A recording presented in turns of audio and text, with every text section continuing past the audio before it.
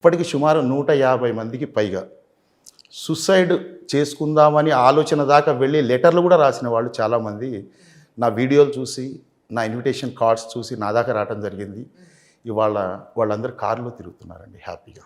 నిజం సార్. మీరు actually seasonal business చేసినప్పటికీ మజ్జిగమ్మిన లేదంటే ఎరువు మీరు ఇంటికి సప్లై చేసిన అది అందులో కూడా మీ నాలెడ్జ్, మీ కష్టం, మీ ఎఫర్ట్, ఈ మూడే మ్యాటర్.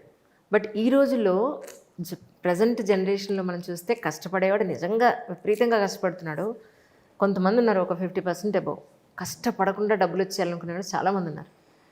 సో అలాంటి వాళ్ళకి వెక్కుతాయా మీరు చెప్పేవి? అంటే ఒకటండి, కష్టపడకుండా వచ్చిన డబ్బులు కూడా నిలబడవు అవి. ఇప్పుడు ఫర్ ఎగ్జాంపుల్ మీకు ఒక మాట చెప్తాను. ఒకడే కొడుకు బాగా చదివించాలని తండ్రికి ఉంది. బాగా చదివిద్దాము అనేసి మంచిగా చదివిస్తున్నాడు. కానీ పిల్లగాడు మాత్రం ఏం చేస్తున్నాడు? ఈ మధ్య చూశారు కదా సినిమాలని, అవని ఇవని, అంటే ఎంటర్టైన్మెంట్ లైఫ్ ఎక్కువైపోయి ఫ్రెండ్స్తో తిరిగి సరిగ్గా చదువుకోక అవారాగా తయారవుతుండు. చేతికి రావాల్సిన కొడుకు పాడైపోతున్నాడని బాధ ఉంది. ఒకడే కొడుకు ఏం చేయాలో అర్థం కాక ఒకరోజు సీరియస్గా చెప్పిండంట, అరే నాన్న నీకేం కావాలో అన్నీ చేసిన, నీకు ఎంత చదివించాలో అంత చదివించిన, కానీ ఈరోజు నీకు టాస్క్ ఇస్తామ్మా, నువ్వు ఏమన్నా చేయి, సాయంత్రం లోపల ఒక 1000 రూపాయలు సంపాదించుకొని రా, లేకపోతే ఇంట్లో నీకు ఎంట్రీ లేదని వార్నింగ్ ఇచ్చేసింది సీరియస్గా.